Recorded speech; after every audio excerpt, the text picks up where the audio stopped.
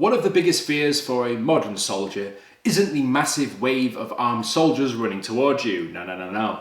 It's that hidden sniper that's hiding in the background that can split your skull in two before you even realise what's happened.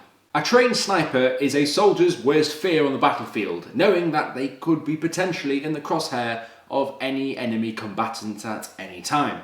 And this probably doesn't help when you know that you're fighting against a fighting force who has one of the world's greatest snipers ever to grace this earth. Today we are talking about the one and only White Death. Hello! Welcome to Brainspill, the laziest show on the internet. My name is Tank, and yes, today we're going to talk about the very terrifying prospect of being gunned down by one of the world's most deadliest snipers. This could very well be a debatable topic, and I know for a fact there'll be people in the comments that'll be typing, he's not the most deadliest sniper, it's this person who did this, or they did this which is worse than this.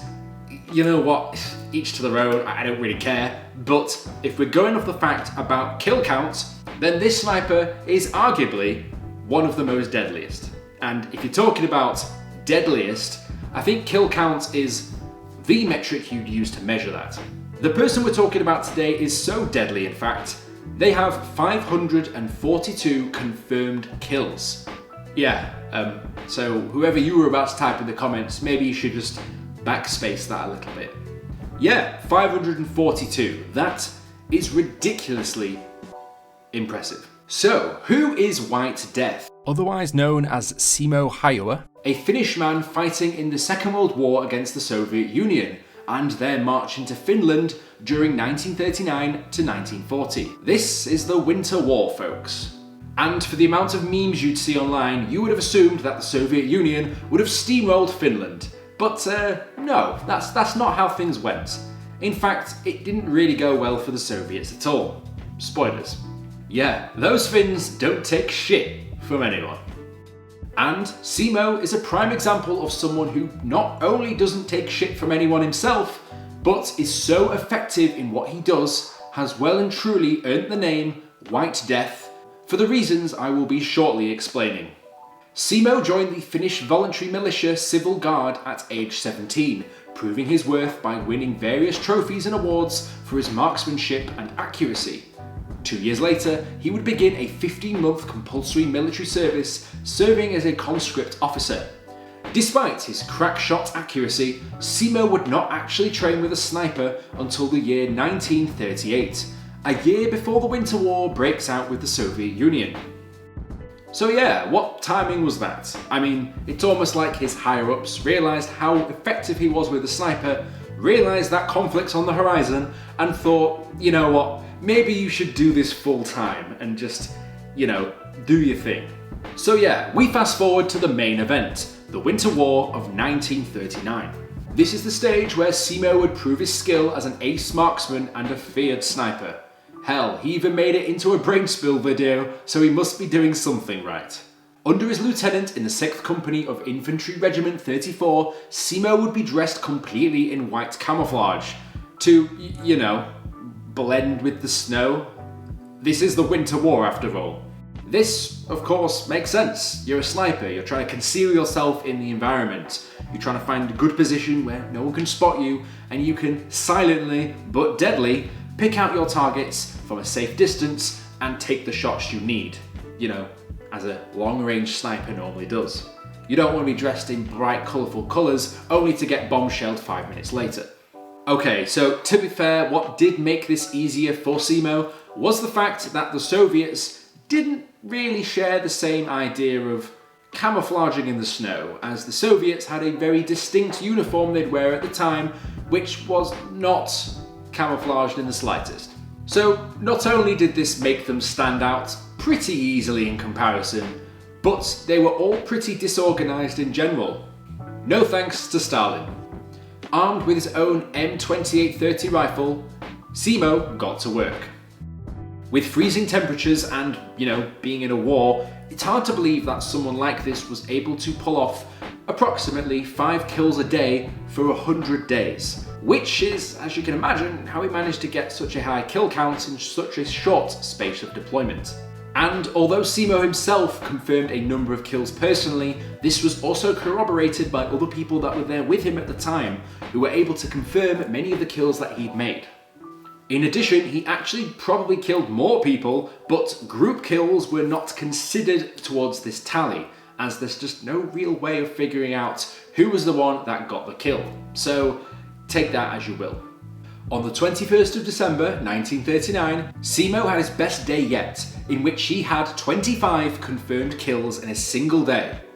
Good God, what a way to beat your own high score that is. The total kill count is not actually known, as the figures of the confirmed kills would come from different sources, each providing credit for a different number of kills. However, the 500 figure comes from a private memoir of Simo, in which he estimates the total sin list he had being around 500 kills. There are of course some critics who will come forward and say that there's some discrepancies in his accounting, the fact that there were bodies missing in some of the confirmed kills that Simo said he had, but really when you give the more conservative figure they give of 200 kills, then that's still an eye-watering figure alone.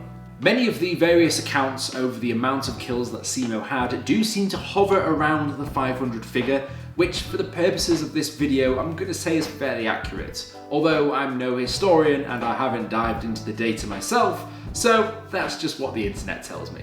But put it this way, if you've got a kill count which goes into the 3-digit range, you're going to be a pretty dangerous guy regardless of what that number is. The military chaplain, Antti Rantama, reported that Simo had 542 confirmed kills, and this is generally considered to be the accurate record, the benchmark that many people would use to judge the amount of kills that Simo actually had. I mean, if there just wasn't a winter war and the Soviet Union didn't try and invade, then I guess this would have never happened. No thanks to Stalin. The killing by Simo wasn't even just mindless slaughter. No, not only did he actually get a lot of respect from his fellow soldiers, but the targets he would be assigned to kill would be with increased importance, killing many high-value targets, and really doing a stellar job as a sniper should do. So, it is a mixture of the amount of kills he had, and the way he was able to efficiently kill high-value targets together, which would give him such a legendary reputation, and be aptly named the White Death. You know, because he was wearing white. However, if you were to ask any Finn, they would say that this term was not coined by the Finnish themselves, but by that of the Soviets they were fighting against. Apparently, the Red Army, who faced what was essentially a Finnish shooting range, realised that they were probably just moving targets. Finnish sources state that this is the case, suggesting that this may have been in fact a form of Finnish propaganda, and trying to paint an image that there was an invisible ghost hiding in the snow, ready to stick a bullet between your eyes. According to prisoners' accounts at the time, the Russians did use the phrase White Death, but this wasn't for Simo or any soldier in particular. This was a turn of phrase used instead for suffering from severe frost while deep in the forest. This didn't stop the Finnish from capitalising on this image to try and cement this legend, however. So, regardless of what people called him and whether he was the White Death or not, his accuracy was scarily accurate in any event, and nobody can take that away from him. Regardless of whether the Russians called him this or not, they certainly knew that he was a threat regardless, as on several occasions it was reported that the Red Army would try and indirectly take out these snipers. To no avail, of course, because they probably didn't see them, but they made conscious efforts to try and stop these snipers from being so effective. Unfortunately for them, the ghost in the snow managed to evade death and kept on his killing spree. That was until he received a fairly serious head wound on the 6th of March 1940. Thankfully, he recovered, but by this point, hostilities had ceased between the two powers when the Moscow Peace Treaty was signed. Finland ceded a small amount of their land to the Soviet Union, but at a heavy toll. No thanks to Stalin. With such a high kill count, this made Simo not only incredibly deadly, but also incredibly respected, because he was just that good at what he did. From that point onwards, he would go on to live a relatively long and low-key life. very different from that of when he was in the Winter War. Of course, even after everything, even after his passing, he would go on to be a Finnish patriot, a true legend in warfare. So my advice to you is don't piss off a Finnish guy, particularly if he's got a kill count in the hundreds. If you like the video, be sure to like and subscribe. If you want to be notified as soon as I upload my next video, be sure to hit the bell button.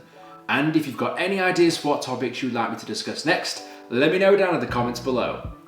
As always, sources used in the video will be in the description.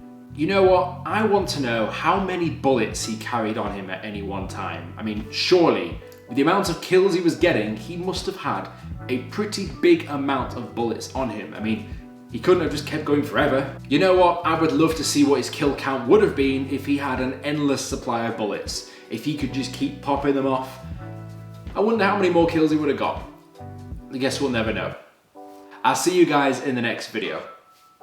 Fantastic.